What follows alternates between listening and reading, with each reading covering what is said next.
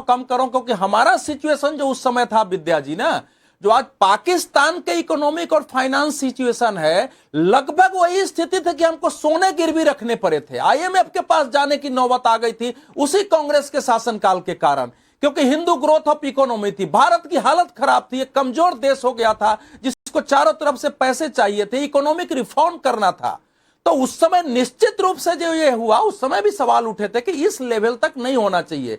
इसमें तो आगे और भी हुआ है। नहीं, लेकिन सर एक बात ये है जिसको लेकर अभी कांग्रेस को बीजेपी घेर रही है कि भाई आप अपने सैन्य मूवमेंट की जानकारी साझा करेंगे। भाई 90 के दशक से कश्मीर में उपद्रव शुरू हो गया जी। नहीं, मैं आपका प्रश्न समझ गया। हाँ, सवाल उपद्रव भी अगर शुरू हुआ है उस समय भी किस कारण से? देखिए 90 के दशक में लोग जानते हैं कि 90 से शुरू हुआ है, 87 से आप ध्यान देंगे ना, तो 87 से जो हिजबुल मुजाहिदीन का प्रमुख था वो यहां से भाग के चला गया पाकिस्तान, और उस समय से समस्या शुरू हो गई थी और वो आगे जाके बढ़ी, विरुद्ध कार्रवाई कर रहे हैं। उसका अर्थ यह था कि आप इसको अपने पर कार्रवाई नहीं मानिए, और लगभग 22 मिनट की कार्रवाई थी जैसा प्राइम मिनिस्टर ने कहा है। हाँ। आप 6-7वें मिनट में बताते हैं, लेकिन उसने नहीं माना, उसने कार्रवाई की। लेकिन कांग्रेस जानबूझकर क्या विदेश मंत्री के बयान को बीजेपी के खिलाफ इस्तेमाल कर रही है और उसको आगे बढ़ा रही है, और अब कांग्रेस खुद फंस गई है। कांग्रेस सर, हमारे साथ कांग्रेस के नेता हैं, जरा एक बार मैं उनके पास हो लेता हूं, उसके बाद आऊंगा। अवधेश जी आपके पास आऊंगा। इस समय पाकिस्तान और चीन के नैरेटिव को बढ़ा रही है। ठीक है, ठीक है सर, खत्म कर रहा हूं। कांग्रेस इसके माध्यम से पाकिस्तान और चीन का पक्ष मजबूत कर रही है। करण त्रिपाठी, अगर मान लेते हैं कि उस टाइम जिस टाइम ये एग्रीमेंट हुआ उस टाइम आप लोगों ने सरकार से समर्थन वापस ले लिया, तो भाई साहब 94 में इसको लागू करने की क्या जरूरत थी? आपके ही नेता कह रहे हैं कि पीस के लिए था, शांति के लिए था। समर्थन वापस नहीं लिया। हाँ विद्यानाथ जी, ऐसा है, आपको पता है कि जब उस समय चंद्रशेखर की सरकार थी और कांग्रेस के समर्थन से वो सरकार बनी थी, लेकिन जब ये पीस एग्रीमेंट जब उस समय भारत पाकिस्तान के बीच हुआ तो उस समय उसके पहले ही राजीव गांधी जी ने समर्थन वापस ले लिया। अब बात आती है कि नरसिम्हा राव के समय में इसको लागू किया गया, तो पीस एग्रीमेंट का मतलब ये था कि जो भी हमारी सेना या आपकी सेना जो भी मूवमेंट करेगी वो एक दूसरे को बता के करेगी कि कोई हम युद्धाभ्यास या कुछ भी कार्य क्यों करेगी? अरे हमारा कोई वो दोस्त देश रहा है, 1947 के बाद हर साल कुछ ना कुछ होता रहा है, पाकिस्तान आतंक भेजता रहा है, गोला बारूद भेजता रहा है, तो उसको हम क्यों साझा करेंगे? तो फिर कारगिल युद्ध में भी ये बात आनी चाहिए थी ना। कारगिल युद्ध के समय अटल बिहारी वाजपेयी समय ऐसा कुछ हुआ क्या? उस समय बात क्यों नहीं उठी ये बात? अरे भाई आप अपना जवाब दीजिए। अटल बिहारी वाजपेयी का जवाब शुभम त्यागी दे देंगे, आप अपना जवाब तो दीजिए ना। शुभम त्यागी बताए। हमारा कहने का तात्पर्य है कि जयशंकर प्रसाद जी ने जो भी अभी इन्होंने स्टेटमेंट दिया कि डीजीएमओ के तहत जो भी हमने युद्ध अभ्यास जो भी है हमने आदान प्रदान उनकी सूचनाओं के बीच में आदान प्रदान किया, ठीक है, और उनका ये कहना था कि हमने आतंकवादियों के ठिकानों पर हमला किया। हाँ। तो उन आतंकवादियों को पनाह देने वाला देश कौन है? पाकिस्तान। हाँ। तो कहीं ना कहीं पाकिस्तान या पाकिस्तान की सेना को आपने बताने का कार्य किया कि हम आपके यहाँ ठिकाने पे हमले करने जा रहे हैं। करण जी, तो आप ये बहुत क्लियरली बता दिया गया है कि भाई हमने आतंकी ठिकानों पर हमला किया। उसके बाद हमने पाकिस्तान को बताया कि हम पाकिस्तान में रहने वाले आतंकी ठिकानों पर हमने हमला किया है, और अगर आप इससे अलग होना चाहते हैं तो आप अलग हो सकते हैं, अगर आप एक्सप्लेट करेंगे तो फिर हम जवाब उसका देंगे। ये तो इस बात नहीं है कि भारत ने क्या गलत किया, लेकिन मुझे बात नहीं है ये भारत ने क्या गलत किया, लेकिन मुझे इसका जवाब दीजिए ना कि अगर 1991 में आप लोग आउट हो गए थे सरकार से, तो 1994 में आप लोगों ने उसको इंप्लीमेंट क्यों किया?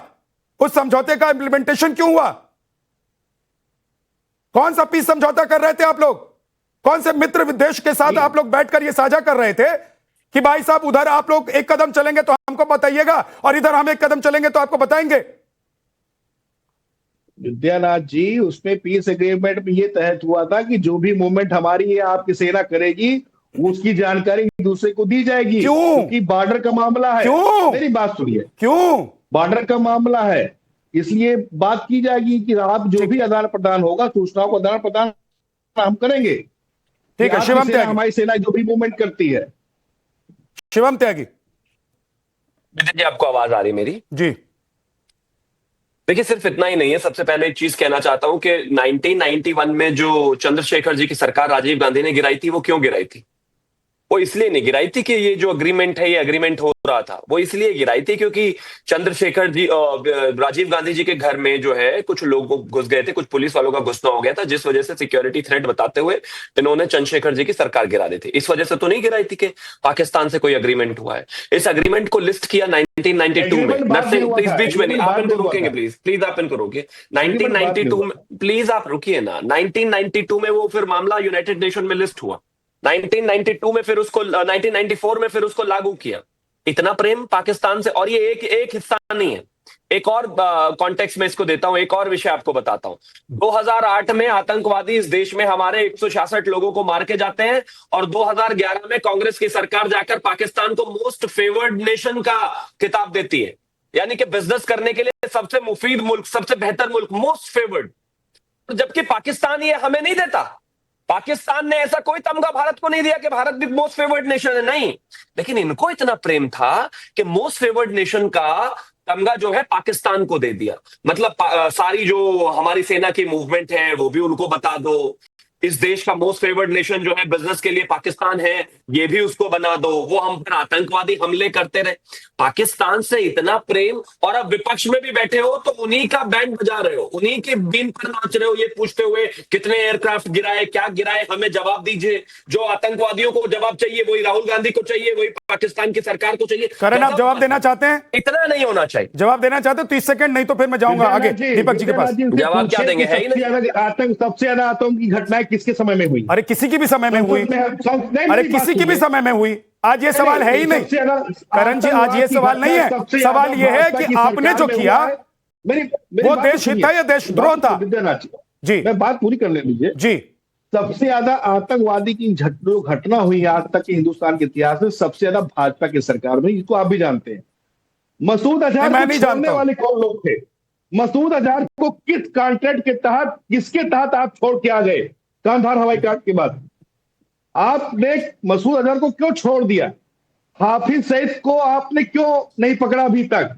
और अगर आप अमेरिका के दबाव में सीज फायर कर दिए थे तो किस एग्रीमेंट के तहत, किस शर्तों के तहत आपने सीज फायर किया? इन सारे सवालों का जवाब बीजेपी के प्रवक्ता आपको देंगे, लेकिन मेरे सवाल का जवाब आप दीजिए ना कि भैया आपने 1994 में जो किया, 1991 में जो हुआ, वो देशद्रोह था या क्या था?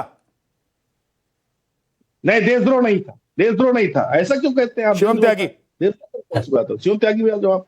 देखिए, जो पाकिस्तान को अपना देश मानते हो उनके लिए तो वो देशद्रोह नहीं है, लेकिन जो लोग हिंदुस्तानी हैं और हिंदुस्तान को अपना देश मानते हैं वो देशद्रोह है। अगर कोई अग्रीमेंट आप करते हैं एक दुश्मन देश से जो आपके ऊपर आतंकवादी हमले करता है और तमाम चीजें करता है, और आप सेना की मूवमेंट का शेयर उसके साथ करते हैं, तो जाहिर है, और उसको लागू करते हैं और उसको बनाते हैं, तो जाहिर है